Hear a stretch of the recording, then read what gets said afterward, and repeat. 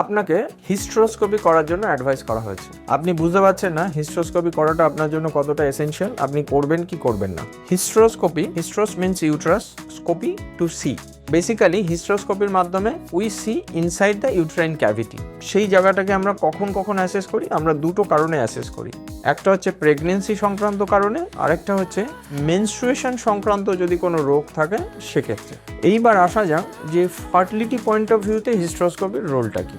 আমরা uterine ক্যাভিটির shape, size, সেখানে polyp আছে কিনা, সেখানে কোনো ফাইব্রয়েড বা মায়োমা আছে কিনা, বাচ্চার থাকার যে ঘরটা আছে তার মাঝখানে কোনো দেয়াল, যেটা আমরা আমাদের ভাষায় সেপ্টাম বলি, সেই ধরনের জিনিস কিছু আছে কিনা। এই হিস্ট্রোস্কোপির সুবিধাটা হচ্ছে এটাই যে আমরা যদি কোনো ডেফিনিট কোনো কারণ পাই যে এই কারণের জন্য আমার বাচ্চা আসতে অসুবিধা হতে পারে, এটা ডায়াগনোজড হয়েছে, তাহলে আমরা সেম সিটিংয়ে সেটা ট্রিটমেন্টও করে দিতে পারি। এই ধরনের হিস্ট্রোস্কোপিক সার্জারির পরে সাবসিকুয়েন্টলি যখন আমরা ফার্টিলিটি রিলেটেড ট্রিটমেন্ট নেব, সেই ট্রিটমেন্টের সাকসেসের সম্ভাবনা বেশ খানিকটা বেড়ে যায়। তো আপনার হিস্ট্রোস্কোপি যদি আপনাকে অ্যাডভাইস করা হয়ে থাকে, আপনার ডাক্তারবাবুর সাথে কথা বলুন। যদি প্রয়োজন মনে করেন, আমাদের কাউন্সিলরের সাথে ফোন করে আপনার সুবিধা অসুবিধা নিয়ে সবিস্তারে আপনি কিন্তু কথা বলতে চাইলে বলতে পারেন।